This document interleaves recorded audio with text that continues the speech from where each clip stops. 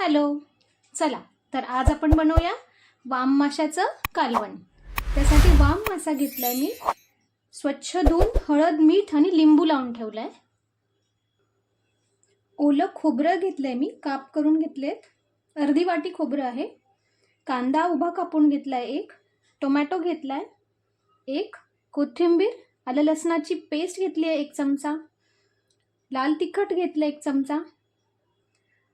हा फिश मसाला तुमच्याकडे नसेल तर चिकन मसालाही टाकू शकता 1 चमचा. हळद, मीठ आणि कोकम घेतले 3 ते 4.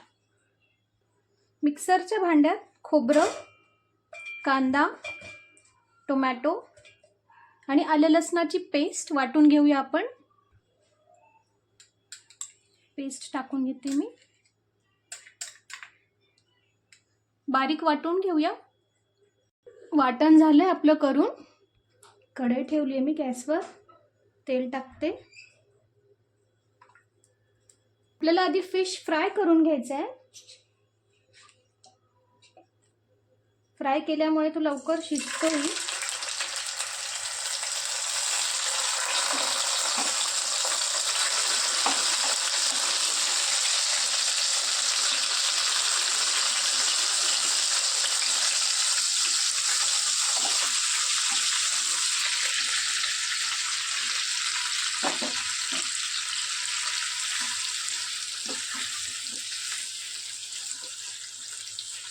व्यवस्थित परतून घेऊया आपण फिशला.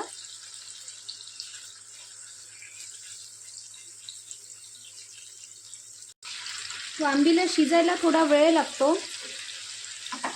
नॉर्मल माशांपेक्षा. वाम थोडी कडक असते आणि वांबीची विशेषता ही आहे की वांबीचे पीसेसचे तुकडे होत नाही. बाकीचे जे आपले फिश असतात ते फार लवकर तुटतात, तशी वाम तुटत नाही आणि चवही खूप छान असते.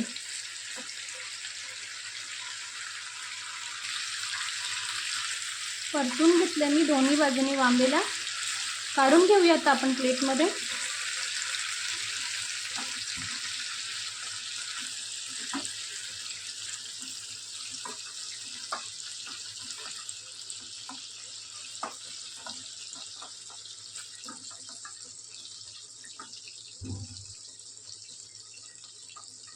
काढून घेतलेत मी वाम.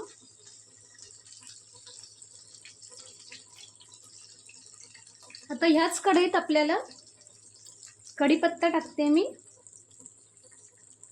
कोकम टाकते. कोकम आपल्या आवडीनुसार कमी जास्त करा. किती तुम्ही आंबट खाता त्यानुसार घालायचे. वाटण केलं होतं आपण ते टाकते मी.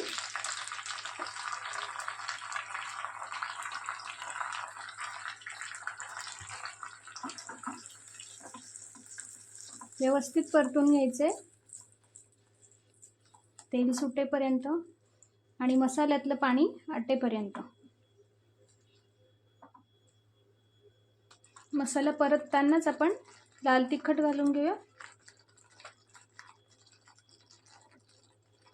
चिकन मसाला किंवा फिश मसाला जो तुमच्याकडे असेल तो. हळद आणि मीठ चवीनुसार किंचित घालायचे, कारण आपण वाम धुतल्यानंतर तिलाही मीठ लावलेलं आहे.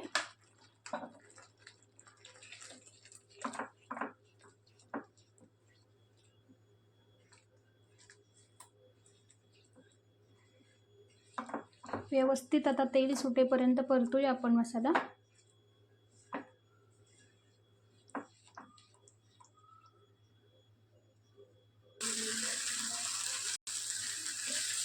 बघू शकता मसाला छान फ्राय होतोय आणि तेल सुटू लागलंय.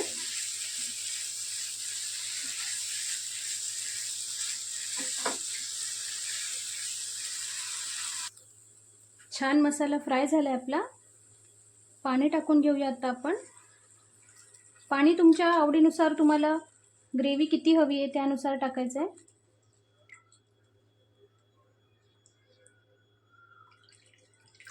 किंवा मग घट्ट ग्रेव्ही खात असाल तर पाणी कमी घाला.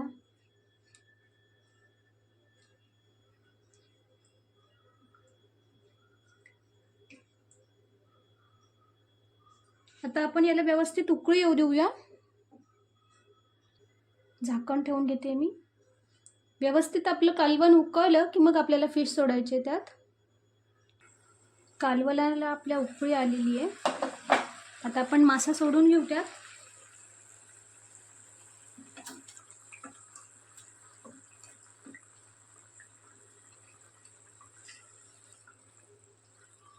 आता याला झाकण लावून ठेवून घेऊया किमान 10 मिनटं कमी गॅसवर.